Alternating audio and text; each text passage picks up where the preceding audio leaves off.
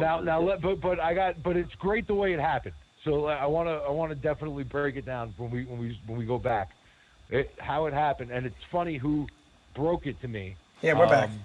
Was Pat Leonard. All right. So Part 2. So let you talk Daniel Jones, right? We're talking Daniel Jones. We're talking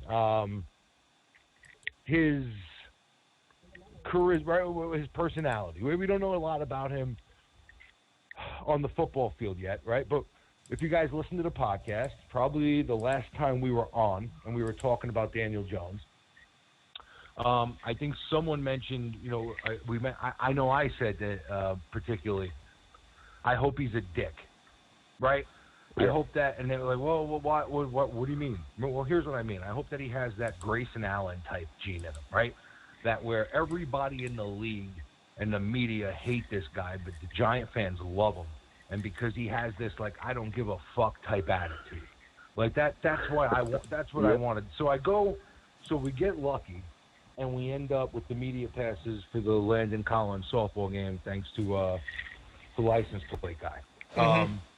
And I wanted to, there was 100 people I wanted to see, but I particularly wanted to keep an eye on Jones, right? So we get there, we have the little hiccup with the technology where me and my daughter go running around looking for the phone. We get it. We get back down to the field, and Pat Leonard approaches me, and I introduced myself to him earlier. He is next door's neighbors with my cousin, who actually snowblowed his house, snowblower. So we started bullshitting, right? We've had him on the podcast. I interviewed James from Bleedbigblue. We start talking. So I come down, we get back down to the field, and he goes, "You just missed Daniel Jones." And I said, "Shit." I said, "Where was he?" He goes, "He was out on the outfield," and a couple of the media guys surrounded him, and they started talking. And he said, usually what will happen in those type of situations, a PR guy will come over and say, "Hey, one more question," or something like that. And then, you get the last question in, and then it's over. The guy walks away. Mm-hmm. Daniel Jones, after like maybe 2 or 3 minutes, just told him, "Hey, guys, I'm done," and just completely walked away from him. Now, sitting there talking to Pat Leonard about it, hearing it from the media's perspective was hilarious, because Pat then ends up having a conversation with Kim Jones where they're talking to each other about the incident, about Jones walking away. And I got a smile on my face because I thought it was great. But Kim Jones turns to Pat Leonard and goes, "Hey, have you ever seen anything like that before?" And Pat Leonard said, "Yeah, when I covered the Rangers, I guess Nash scored 50 goals, and he used to just walk away from the media. But Leonard's thing was, the guy had 50 goals. If he wants to walk away from us, you can walk away from us. Daniel Jones is a rookie." And I'm still smiling, because being where we were as a part of, quote unquote, the media, there weren't a lot of fans of the New York Giants there, which we are. So to be able to see the media's reaction to him being a dick like that made me feel all warm and fuzzy inside. And when I saw him with the teammates, how he interacted with the guys, both old and new, both older Giant players and newer Giant players, personnel, and that's why last night when people were making like, "Oh, he got booed at Yankee Stadium," let me tell you something. He doesn't give a fuck. He doesn't care. He probably didn't even hear it. And I think the similarities to Eli are very much of that, I don't give a fuck. But I think this kid has a little bit of, like, I'll tell you about it. Like, you're gonna know it. Where Eli was more like, "Oh, country boy, blah blah," "Oh, hunky dory, okay, there goes Eli." Mm-hmm. I think Daniel Jones, you get the impression like, "Wow, this guy's a dick." But if you're a Giant fan, how much do you love that? So now let's just hope that the kid can play on Sunday afternoons, because I think his personality is going to be absolutely fine. And we know James loves dicks. And the things I do, I love dicks. I do, especially ones that can throw the ball and lead your team down the field in the fourth quarter. Tom Brady, Joe Montana. Those types of dicks, give me them all day. Brett Favre, love that dick. That'll be Way saved. to bring it back. That'll be saved to the archive. Thank you very much for that Yeah. soundbite. That was Clip pretty. That was pretty clean Clip too. Yeah. Uh-huh. If the dick can throw, give me the dick. There we go. We got a second one. And again. Straight up. All right. Let's. If the dick is clutch, give me the dick. You're all about the dick, huh? You know what? I'm all about clutchness. It shows me he's confident in himself, and that's what I want to see. They call him Swag. Now, You know what? I was pissed off when I first heard his nickname was Swag because that's Chad Kelly's nickname. Chad Kelly, can you hear me? But they did call him Swag for a reason. And apparently he has that little chip swag on his shoulder, and to me that's a good thing. I want my quarterback to have that chip. I want that. Now I just hope he can throw the ball. All right, let's see what we got going on. And the things you hear off the record, gentlemen. Oh, you want to go to that In right a now? situation like that. I want to throw this out there. So I'm not you guys know who. I told you guys who. But an old-time Giant, a Super Bowl champion Giant, was talking to the media. And they were having an in-depth conversation about the Giants and the situation with Eli and everything like that. And I've never been around one of these things before, so it was pretty cool to see. So the reporters ask their questions. The player answers the questions. It comes to an end. There's a pause, an awkward pause, and a reporter says, off the record, and immediately all the cameras and equipment go away, and it becomes just an open and honest conversation, just like we would have about anything. And during that conversation, the topic came up at 6 over certain parties who play quarterback as well. And the feeling I got was the concern for quarterback number 2, who I was high on, right? Wasn't necessarily the player, but what came along with that player. The entourage, so to speak, that came along with that player. An outside football dynamic. Yes. And the quote that was said is there's 31 quarterback positions in the NFL, and then there's the quarterback position for the New York Giants. And they weren't going to be put in that situation, and Jones was more of their quarterback than the quarterback, if you get my drift. Right.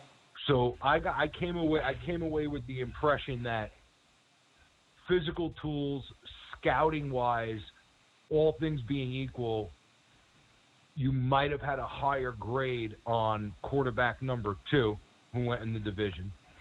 And what put them over the top was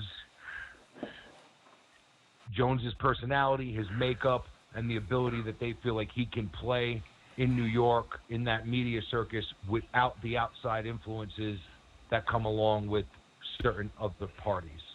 Yeah, Jones has, a set family dynamic. A bunch of athletes in there, sisters playing on the U21 soccer team. Like there's a lot of things going for him. And the Giant the former Giant player that you were talking about, isn't that far removed from the team. We're not talking about no. the 70s. Now I will say this: I did get an Ehive feeling from this person. So so I will say that there was a lot of Gettleman-esque. A lot of Ehivery. So there was a lot of Ehivery going on. So I don't.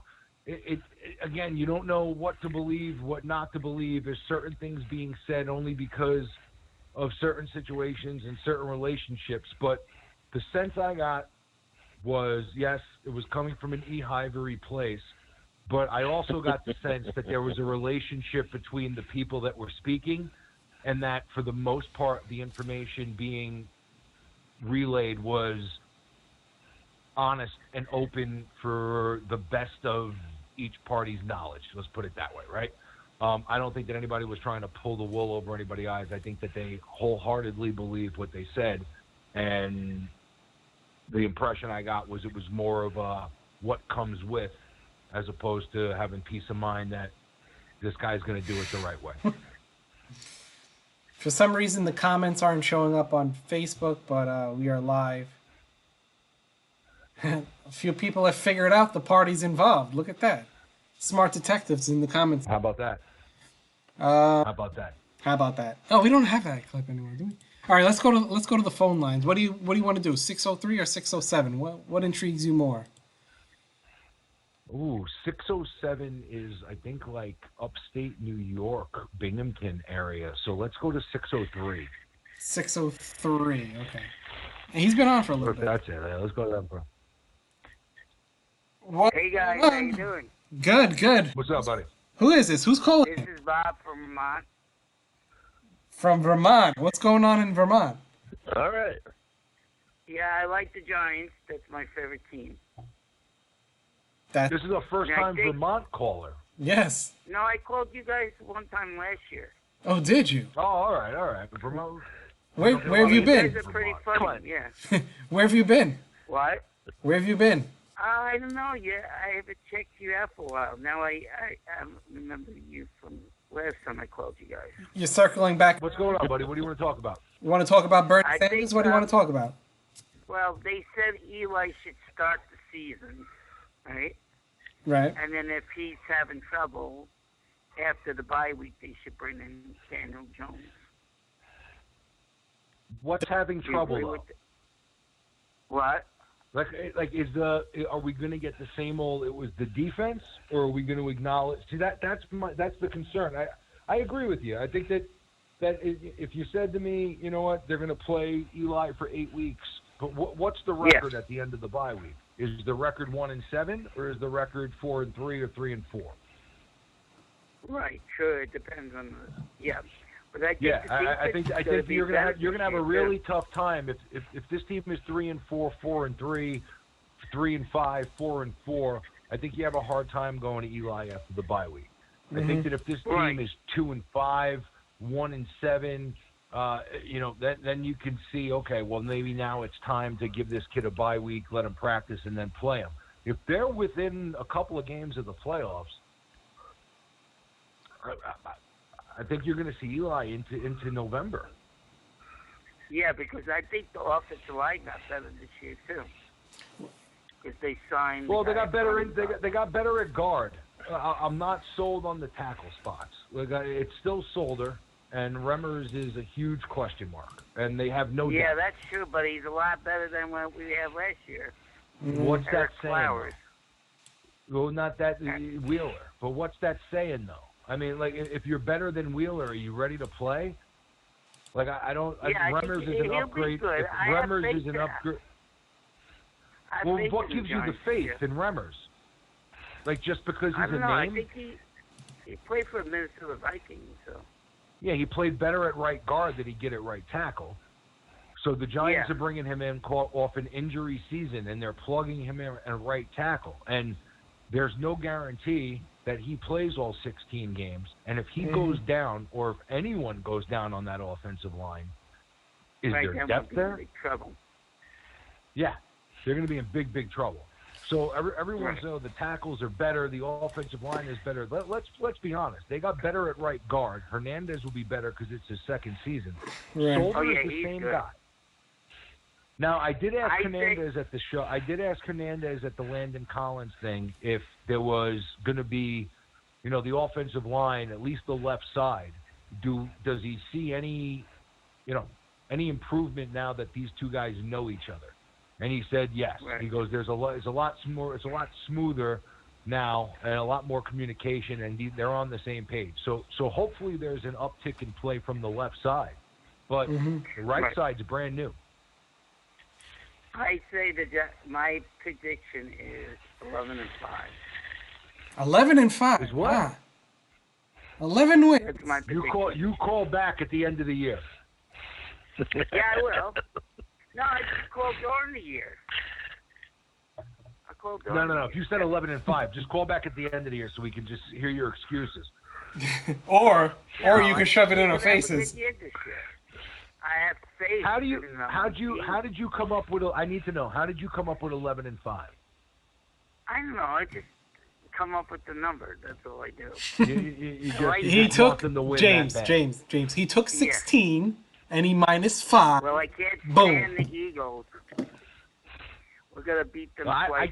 can't stand the Eagles and I can't stand the Cowboys and I can't stand the Redskins. But I don't know that I can look at this team and walk away and have any pride in my own intelligence by picking them to win 11 games.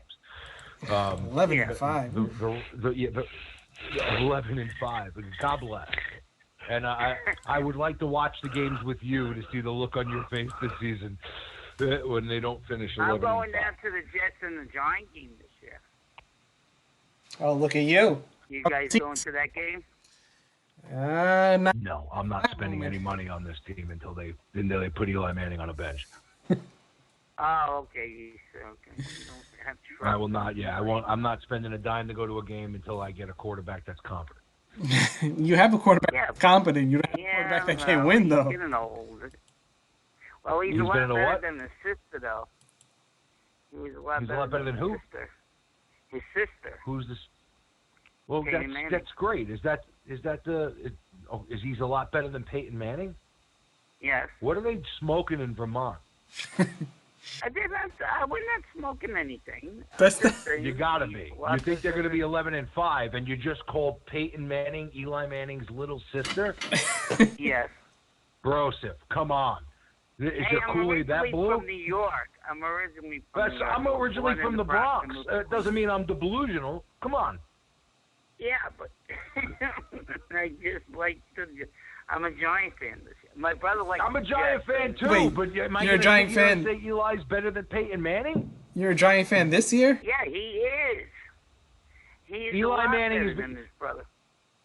Oh, all right, well, there's going to be no winning this argument. Because he chokes all the time in the playoffs, Peyton Manning. He got only to the has two playoffs Super every Bowls. fucking year. Yeah, He but got to the playoffs every year. yeah, but he always chokes, and then Eli. He wants to choked or Super just Bowl. lost to a better team. Listen, Like, why Bernie. is it always choking?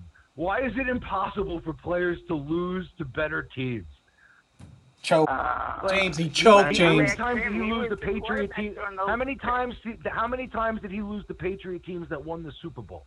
18, James. I looked on Google. a lot, because that's what A lot, they couldn't right? win the- Okay, so Yeah. is that Peyton Manning choking, or is that Peyton Manning getting beat by maybe one of the all-time greatest quarterbacks of all time? The all-time Oh, great. I know Tom Brady's the best quarterback of all time. Okay, so did Tom Brady choke when he lost to Nick Foles, or he lost to Eli Manning, or he lost to twice? Just Eli Manning twice. Yeah, well, yeah, that last game, they should have won that game against the Eagles. Well, he fumbled. Would you say that he choked, or he got hit while he had the ball in his hand? Oh, no, Because he threw for that was his 450 fault. yards. Yeah, I'm talking about when Odell Beckham got hurt at the end of the game. That should have been a pass interference call. They didn't call that. That was a bad call. You switching quarterbacks on us now? Yeah. All right, Bernie. Do you remember that play he got injured? I know. So Binghamton's on the line. Well, let's go to 607. All right, Bernie. Great night, guys. You too. All right, let's go to 607. Sorry, guys. Bernie from Vermont. What was that? We don't know. I couldn't take it anymore. We don't know what that was. What's going on, brother? Where you from? I'm from Ithaca, New York. Ithaca, New York. Ithaca, what's up, buddy? Spot on. Spot on. So honestly, I'm lost right now. First of all, Eli is a nice quarterback. He lately, like last few years, he's been going downhill. But he is a two-time Super Bowl MVP quarterback and has led the Giants to 2 Super Bowl rings. So he's not bad. It's just he's had a No, he is bad. They're two separate conversations. There's Super Bowl Eli, and then there's the guy that we've seen play for 2 years. You can have two separate conversations when it comes to Eli Manning. You can say in one breath, he's the franchise GOAT. He's the greatest quarterback that's ever put on a Giants jersey. And I'm a Phil Simms guy. I grew up watching Simms. Give me Simms every day of the week and twice on Sunday. Eli is the greatest quarterback the franchise has ever had. That is not a knock when you look at his play now, look at the money he's making, look at the team he's on, and think to yourself, it may be time to move on. Yeah. It's just an open and honest conversation. A good pick. Daniel Jones, in my opinion, was one of the best quarterbacks coming out of that draft, and he was a good pick. You're liking the pick? Well, I hope you're right. I hope you're right. I think if he's taught under Eli's wings for at least a few games, he'll turn into a leader, and he could actually lead the Giants to a win. What happened? Well, say that again. All right. I think that if he's taught under Eli's wings for like a few games, that he could lead the Giants to a win, and he would become a leader as like a teammate. I think that if we're hoping that Eli Manning is going to teach this kid how to be a leader, we should just light the whole franchise on fire. If you took a kid, if you took a kid at 6, like that, I'm not worried about Eli Manning. Like this is not 1985 where these kids need to sit and be mentored. The game it's made for them to play right away now. It's made for them to play right away. They're begging you to play the kids right away. Honestly, then by that standard, Eli should just be benched now. And just play him. They've put him, and to be honest with you, they've put him in a horrible situation. Because now the call, even the call to play the kid now has been insane. Imagine if this team starts off 0-1, 0-2, 0-3. Yeah. Think of the situation. Teams flipped out. People flipped out when we were going to look at two separate quarterbacks in a season when we were 1-12. Can you imagine Eli going on the bench after 3 or 4 games and him standing there with that face on the bench for 12 games? Yeah. Tough situation, guys. Honestly, he should just retire. It's at that point. But you know what? The franchise has told us for the last 8 months he could play. Yeah. So what is it? After the season, he should be retiring. And at this point, I feel like the Giants, with the team they got now, with the draft picks they've got, they could go around 9-7 at best. But at worst, we're seeing like 5-11. I'd say that your ceiling is 8-8, 9-7. I'd say that that's the absolute ceiling for them, and I think you're hoping that you could play the season with injuries off. And get to 8 or 9 wins. To me, the lack of depth on the roster is still, leaving something to be desired. Yeah. All right. But I'd say they fall somewhere between that 5 and 9, and that's what we hope that they get more towards the 9, I guess. Right. All right, let's go to the. I mean, if Jones is playing, do you really care how many games they win? See, that's the other thing about playing Jones is it completely takes the pressure off the young team. It's not about trying to fill these unrealistic expectations. It's just let's get better every week. Right. Let's get better every week and have fun playing football. And you rally around the young kid and the young quarterback, and you take your lumps. But in the meantime, he earns the trust and the support of the locker room, and then going into year 2, you have a completely different feel about where the team is as opposed to where they were. And I mean, look across town what's going on with the Jets.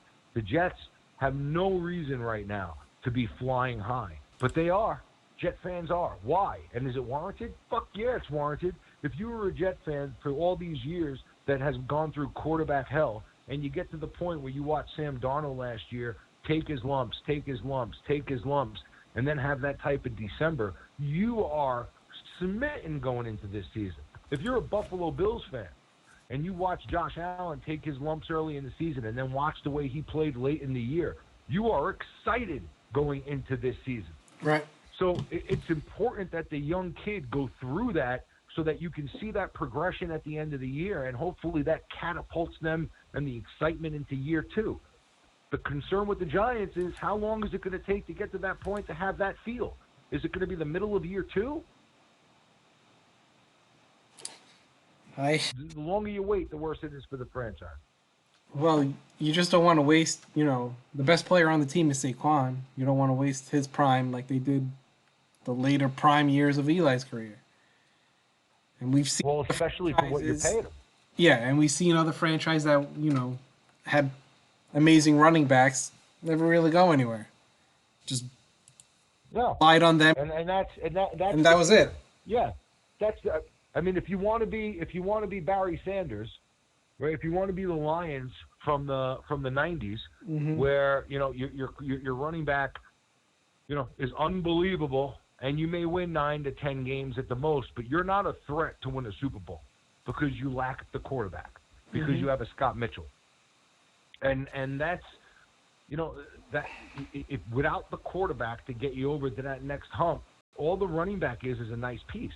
And when you take that running back at 2 in today's day and age, he's already the 5th highest paid running back in the NFL. Right. Your clock is ticking right away. So the longer you wait to find the answer at quarterback, it takes more than just you're wasting the kid. It takes more than just a QB or running back, James. LaDainian Tomlinson. See, he had dynamite quarterback. They had a good defense, and they got beat by Brady. They couldn't make it out. Top tight ends. It takes a little bit of everything, man, to get it done.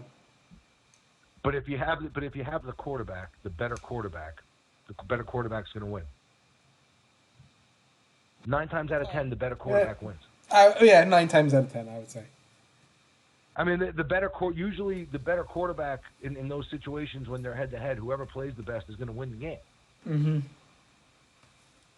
Better quarterback. You want your quarterback to be able to get you over the hump. If he has the ball in his hands in the fourth quarter, can the guy make a play? Right. So you're saying Eli's better than Tom Brady? The difference. No, I'm not. At all. Well, Brady didn't play bad those games. Eli made the plays. Eli had the ball last. Brady wasn't in position to win those games. You're telling me if Brady would have got the ball with 2.5 minutes left, if Eli would have hit Plaxico and there wasn't how many seconds left, 40 or whatever it was, and he had a minute and a half, that's not a huge difference? There's not a chance that game ends differently? Brady didn't have the ball at the end of those games? He had the ball with 30 seconds left at his own fucking 10. He had a Hail Mary, and he got his team. He almost hit Burris. He almost hit Moss in stride if it wasn't for a fingertip by Corey Webster. And Thank you, Corey Webster. In position to throw a Hail Mary that Gronk almost fucking caught in the last one. So even when he didn't have a shot... You know how many almost throws that Eli's had? Yeah, 2 of them that actually fucking landed. All right, hold on. Let's go. Almost means nothing. Here, let's go to the next call. You're right, you know what? Tim. But quarterback won. No, that's... Oh, my God. Okay, Tim. I'm just going by your point. You said... The better quarterback in that game. He made the plays later to win the football game. In that game. Eli not played him once, but he played him twice. So it wasn't like a fluke. Yeah, Tim, but come on. So Eli Manning's a better quarterback than Tom Brady for his career? He was. You're an idiot. There you go, Tim. Be consistent. All right, let's go to 303. Anyone know where the 303 area code is from? I don't. Hello? I'm not Hello? that. 303. Hello? 303. Hello? Hello? Where are you calling from? Hello? Hello? Hello? Hello? Am I on? You are on, my... Yeah, you're on, boss. Oh, okay. I am. Okay. Yeah, I'm calling from Ohio. Calling from where? From where? Ohio. Ohio. Ohio. Ah. Yep. What's your name? Justin. And what's on your mind? Okay, the last call was weird. He just said Peyton, or not Peyton, that was the other call. Brady is worse than Eli for his career? That just confused the hell out of me. It's confusing. I was like, Brady's a top 10, probably a top 5 quarterback of all time, or top 10. And Eli Manning is a You You don't know what you're getting from him. You think Eli Manning's a Hall of Famer? No, Eli's a Hall of Famer. First ballot? Yeah, but I would say he's not like Brady level. James, you think he? No, James, he's He's not Brady. He's Well, not Brady James, you level. think he- He's Eli level. You think No, he's first ballot Hall of he- Fame? but 0-2 versus Brady. I think Eli's a Hall of Famer. Or 0-2 versus I think Eli. Eli's a Hall of Famer. I do. First ballot? Yep. Yes. But we That did waste is his debatable. prime, though. We did waste Eli's prime. Though. Absolutely. Oh, come on. He was Come wasted on. his prime. Come on. I don't believe What that. talent did Eli have around him? Look at all the... Are you kidding me? Offensive talent that he had around him for the later part of his career? Are you on crack? Yeah, he had offensive talent with no line. Are you kidding me? He had offensive talent, but a garbage line. And he was Is there an echo? at that 4 years. So sick of the... I'm so sick of the line excuses. Like, the problem with Eli now is his legs don't work. Yeah, now. Okay? Yeah, his when legs his don't legs worked... When Hence his why legs I worked wanted fine... to move on from. Hence Listen. why I wanted to go get freaking Teddy Bridgewater 2 years ago. His legs You don't work want Teddy either. Bridgewater. You want good quarterbacks. Answering one bad problem with another one is not going to fix the issue. There's a reason why It would nobody have been went like after a Teddy Bridgewater. It'd have been like a this offseason. 1 year rental. Let me ask you something. How many offers did Teddy Bridgewater get this season when he was a free agent and anybody could have signed him? One. I don't know. Yeah, Maybe like one from the two. Saints to One. come back as a backup. The answer is one. Okay, so the whole Teddy Okay, Bridgewater one. thing, come on. Stop it. Like, if you wanted to move on from Eli, that's fine, but you do so through the draft. You don't do so by throwing money at a Cousins or throwing some money at a stopgap piece of...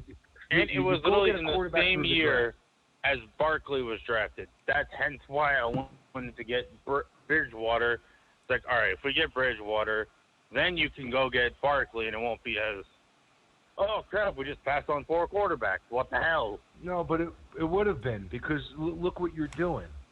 Like, you can't just try to piece together the quarterback position. Like, you can piece together the running back position.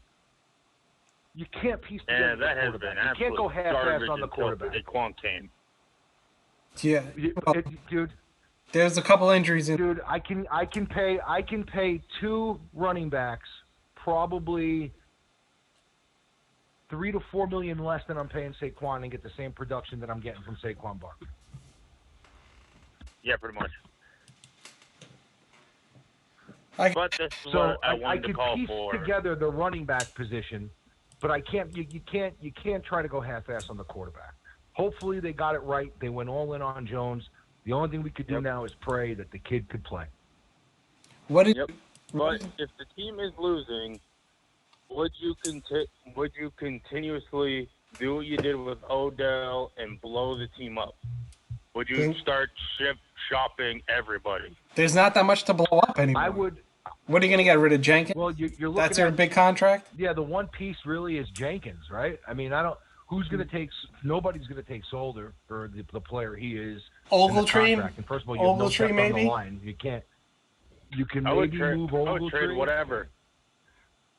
If we're You can like, maybe trade Ogletree. You can maybe if my Jenkins is probably the prediction chip. is right, Ogletree and we're like, Jenkins are only oh, wasn't and making any money. What happened? Sorry. Let me throw this At the out same there, time. just to play devil's advocate. Let's think of a couple of teams that can be in a situation where somebody gets hurt, quarterback gets hurt, Giants are struggling. We approach the trade deadline. The Giants go to Eli Manning and say, we're going to play the kid. and they look around the league and they say, there's an opportunity, possibly, to get you for one last run. We can get you to a team that may have a little something in them. There's a situation here. They lost a quarterback. This team's a quarterback away. Do you want to go? Do the Giants trade Eli Manning so that they don't have to go through that whole of Eli sitting on the bench with Jones? Does it get to that point where they have that conversation midway through the season? No, Never. And I'm going to tell you why. First of all, he has a no trade clause, which he's not going to get traded for like the last 5 games. Tim, if we're gonna have the conversation, then let's have the conversation, because the trade clause would mean nothing then, because they would be going to him and saying, "You're Eli Manning, Tim, and I'm Dave Gettleman," and we're hold on. I understand what you're saying, but I'm going to give you the scenario because you missed it by even bringing up the no trade clause. The scenario is this: I come to you and I go, "You're going to sit on the bench for the last 8 games of the season." I'm going to the kid. Period. End of sentence. I don't care about your feelings. I'm playing Daniel Jones. You're going to sit on the bench. Or this is my point in your scenario. If the kid is playing on week 8, to me Eli hasn't been playing that great. Who the hell's trading for him then? Because you can make us. You're going to tell me, let's say a team like. Wait, when is the trade deadline? So Eli, give me a team. Texans. Deshaun Watson goes down. 49ers are playing well. Jimmy Garoppolo gets hurt again. Jacksonville playing well in the middle of thick and thin. Nick Foles goes down. No, you're not trading for a 2-6 record. You're trading for a player that's on a bad team that you think may have a run in him because of the team that's around him. I'm trying to give you teams that may be in a playoff spot, and God forbid something happens, maybe in a position where they say, I need a quarterback real quick. Who's the best one out on the market? So if I'm Eli Manning and I know I'm getting benched, do you entertain the notion of playing for a team that may be 3-5, 4-4, 5-3, and maybe have a shot in making a run if that situation came up? I would say no. I don't see the Giants doing it at all. Not only I don't see the Giants doing it, I don't see Eli wanting to do it. Why Eli want to learn a new offense? Eli would have to learn a new offense. Because he'd be playing, Tim. For like 5 games. Playing. No, for 8. You're looking to move it. You move him at the trade deadline. If maybe he plays 8 games. If it was a team 2-4, 1-5. Giants are 2-4, 1-5. All right. The other team is 2-4. So the other team gave us a conditional 7th round pick for Eli. 3-3. Whatever you get. Who cares what you get? The money's off your books. Who cares? It's not a matter of what you get. It's a matter of not having to put Eli Manning on the bench for the last 10 games of the season. You got. How many times are the cameras going to be on Eli Manning's face every time something happens with Daniel Jones, and vice versa? And the pan to Eli every throw. So if you're the Giants, you know that's going to happen. You're in the media capital of the world. It's an awful situation. I said it before. Eli is in an awful situation. Eli's going to act professional, and he's gonna fake it. And but he's always act professional. And when they went to Gino, what happened? He cried. He probably just got told. Regardless of that, Tim. Tim, there were tears, Tim. Tim, there were tears. He cried, and the fan base went nuts. These things happen. So arguing about them and your voice squeaking over it, they happen. Like, it's okay. He also cried when Tom Coughlin got fired. Whatever. That was legitimate. We all cried when Coughlin Tim, was let go. I cried when Coughlin was let go. You can't compare the two situations. They were 1-12. They went to the other quarterback, and Eli cried. So now at 2-4, 6 weeks in, you're going to have that same conversation with Eli Manning. You think that's going to go over well? That he's going to be a professional about that? Oh, Mars just going to text him. It's fine. They're going to call up McAdoo to tell him. Yeah, it's not going to be. They're going to rehire McAdoo for player communications. They're just going to have him tell Eli and then fire him again. Oh, I got a text. Eli to a public place. So he can't make any big emotional anything. Unreal. Gentlemen, is there anything else you want to bring up? If I'm Eli, get me the fuck out of there. Trade me. Eli's I'm not gonna going go play and Eli take my just wants shot. to finish out. If Eli's playing that bad, and we're 1 and whatever, or 2 But whatever. what if he's He's doing? just probably going to want. He's probably just going to sunset anyway. Just be like, I'm done. Tim, but what if he's doing exactly what he's done for the last 2 years, and that's the numbers aren't that bad. It's just check down, check down, check down, check down, check down. No, like, I mean, you saw the difference last year. That was the Tim, first year I was like, oh my God, his arm's gone. His arm's completely gone. Like, you could tell it's gone. Mm-hmm. I don't even think his arm is gone.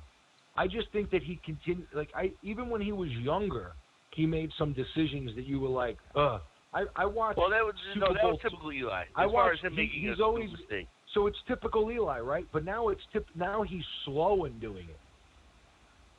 Well, he's slow in doing it. He was never lightning fast. But watch the championship game. Watch the championship game against the 49ers in 2011. Watch his footwork against that. Well, it's not even only his footwork. He had quick feet. He threw one of the nicest deep balls in the league. He threw one of the nicest deep balls in the league.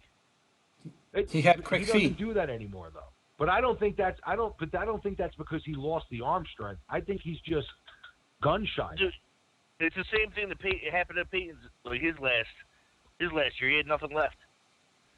It's close. Did you see the throw he made to Sterling against the Colts?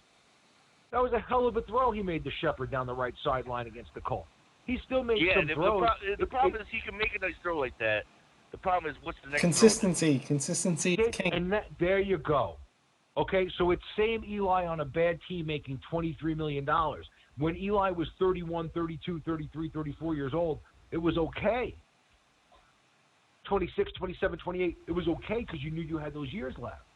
Now it's not okay because now it's deteriorating play with his legs. He's slower. He can't move around the pocket like he used to, so he's a sitting duck. He was never a scrambler, but he had great awareness, and he was able to at least use his legs to shift, get where he had to go, and throw the football. He had quick feet. Damn good at it. Damn good at it when he was younger. Well, he was damn good at it when he was younger. If he gets touched now, he fumbles. And he used to have, great awareness. I absolutely agree. He had great awareness. He always was careless with the football. Whether that was throwing interceptions or fumbling, these were all things that he always did. But you tolerated it because he won the Super Bowl in 2007, and then he won it again in 2011. Before that, remember, before that run in 2007, everyone wanted Eli gone. Remember the 5-interception game against Minnesota at home and the back page in the New York Daily News that said Eli the Terrible? Mm-hmm. Everybody wanted him and Coughlin gone before that run. Didn't Darren Sharper have like 4 of them? There was some linebacker that had 4. I don't know who it was. They destroyed him that day. That was just a mess. He had no. I think I was at that game. If we won it the year that we dominated, until Plexico shot himself. Yeah. That was the best year he ever played. That was the best I've ever seen the Giants team play. When you look at like straight play, right? Like how he was playing, that to me, that 10-game streak, you watch how he played in that 10-game streak, the momentum just carried over from the Super Bowl win. But when you look at his play before the Super Bowl run, and then when you look at his play from after Plack shot himself into the run in 2011, a lot of mediocre play in between, right? A lot of games where he was really, really good, a lot of comeback wins, and we loved him for it. But there were a lot of games where you were like, oh, we're better than this team. And they would show up and lay a fucking egg, and he was terrible. And there were a lot of those games. A lot of them. And now he's making just as much money, and the team's bad. It just doesn't. He was always Captain Clutch for years. Yeah. No matter what. He had that one year where he had all those comeback victories. We were within a touchdown in the fourth. It was guaranteed he'd get us that touchdown. He was great. He was great in the fourth quarter. But still, then you would be flying high from the comeback win, and then you'd be playing the Little Sisters of the Poor the next week at home. And midway through the fourth quarter, you're sitting there biting your nails because it's 9-6, and he has 3 interceptions and a fumble. So there were those games, right? There were those games that he had, and it's always been like that between the Super Bowls and after the Super Bowls. Oh, no, the numbers were good. The yardage was phenomenal. But he was also... But every quarterback goes through the same thing. Right before the half. Every quarterback goes through the same things. There are times where Brady doesn't have it dynamite every game, you know. No, 100%. But to me, those other guys are more consistent. Over the the outlier for them. Yeah, all right. I mean, to me, like those, like Rodgers, Brady, Breeze, those guys are a lot more consistent with their.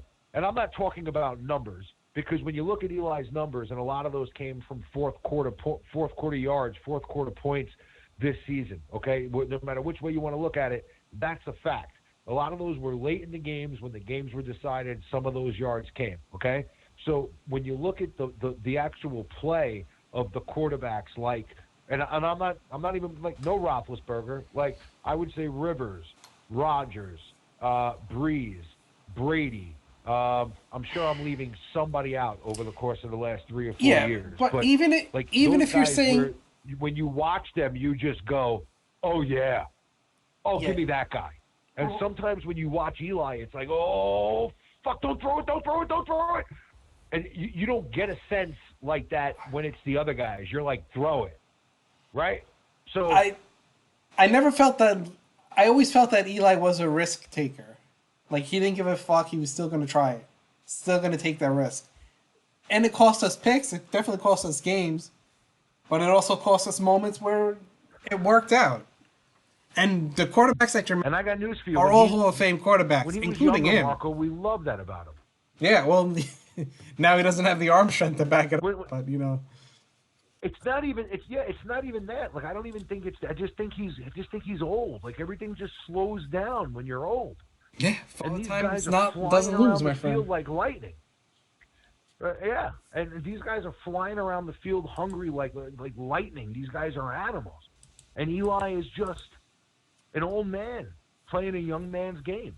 And some of these guys can do it, and Eli just looks like he's not one of those guys. And that's not a knock on him. That doesn't take away from the career he's had, from the numbers that he's put up, from the memories he's given us. Not at all. And that's where Giant fans need to step back and take a deep breath. Like, you can analyze his play and speak about him as a player now, and then separately have a conversation that says he's the greatest quarterback that we've ever seen in our blue jersey. Yeah. When Eli retires, will you cry? The way it's gone down, yes, probably I will shed a tear. I feel bad for him because I love him, and I feel like the franchise not having the balls to do the right thing put him in this situation. Like I look back on it now, and I said that where they went wrong was they should have just cut ties with him, and when they cut ties with McAdoo and Reese, they should have just said bye. You know how I feel about But they felt like they had to make up for the fan base and stuff. If they would have said bye there, or they would have traded him and went to him and traded him in that year where they were terrible, and they tried to say, okay, we're going to take one of these young kids in the draft next year. We're going to move Eli around. Like, you think 49er fans look at Joe Montana any differently? Do you think Colt fans look at Peyton Manning any differently? No. Why would we have looked at Eli Manning any differently? And I think that the franchise doing what they did has turned him into he's like a pity party now. This is how I think of Eli. Your Montana thing. They also had Steve Young. right behind Montana. Right. No, but And still, Indy also was getting low. They had the Giants could have had the opportunity to walk away with Mayfield or Darnold, just like they had an opportunity, the Colts, to walk away from Luck. They recognized the opportunity. They walked away from Peyton Manning because they said, Peyton, you've been great for us, but in the long-term best interest of our franchise, we're going to take Andrew Luck. The Giants could, at sitting at 2, knew they were walking away with Mayfield or Darnold. I think if he So they could have very reasonably have said, Eli, thank you. It's time for us to move on, and started a new chapter with the new quarterback. And if that would have been the case, we wouldn't have looked at Eli any differently. He would have went out a fucking hero. Because, oh my God, Darnold would have been the villain. He would have been the one trying to win guys over. Do you think Baker Mayfield could have done it in New York? Yeah. he's catching. I think Baker Mayfield's a good football player. I just think would have been. Yeah, he's catching I don't some think he heat gives over there. a fuck. I don't think he gives a fuck. I don't think He he can gives a not care fuck. all he wants. The problem is you're going to cause Oh distractions. no, about the media. team. I think that they'll iron the stuff out in the locker room. The problem there is I don't think it's going to be Baker Mayfield. I think the problem was they just got cancer. Poor guys. All right, gentlemen, let's wrap this up. Is there anything All right. to add to this podcast? I don't think so. Yeah, We are going to be sitting down with we're going to get Rich Siebert on the show. We're going to get an interview with Rich Siebert. So stay tuned and be on the lookout for that. Is that also Rich Schubert? Silva finally. Is that what his name is? Is it Schubert or Siebert? I think it was Siebert. We will have him confirm. Well, I just watched Super Bowl 2007 the other day because I was going to mention the you know what play could have been horribly wrong? The Hobbs play. You remember the Hobbs play? I forgot about the Hobbs play. No, I don't remember it. The before Eli has the play where he's running around like a crazy person and he finds Tyree. Hobbs drops the interception, right? Hobbs drops the interception. Yep. A layup. Oh, right off his hands. Well, you know what? Eli Right played off better his that day. hands. there's a few of those. He did. He played better. Who was He it? did. Wes Welker, right off his fingertips. I would have ended the game. That was in the Super Bowl Prior one, yeah. 2011. But Eli in 2007, fun fact, when he did that, when he had that fourth quarter, he was the only quarterback since Joe Montana that threw two touchdown passes in the fourth quarter of a Super Bowl. And Joe Montana was a good quarterback. Joe Montana. All right, gentlemen, it's been a nice little reunion on this podcast. I think we're going to do it Wednesday, right? Next Wednesday looks good. Yeah, we'll try to get Schubert Siebert on it. Yeah. We'll get both of them on, see what they have to fight it out. Yeah, definitely. All right, everyone. I'll see you guys all in the comments section, and we'll talk to you next week. Peace out. Bleedbigblue.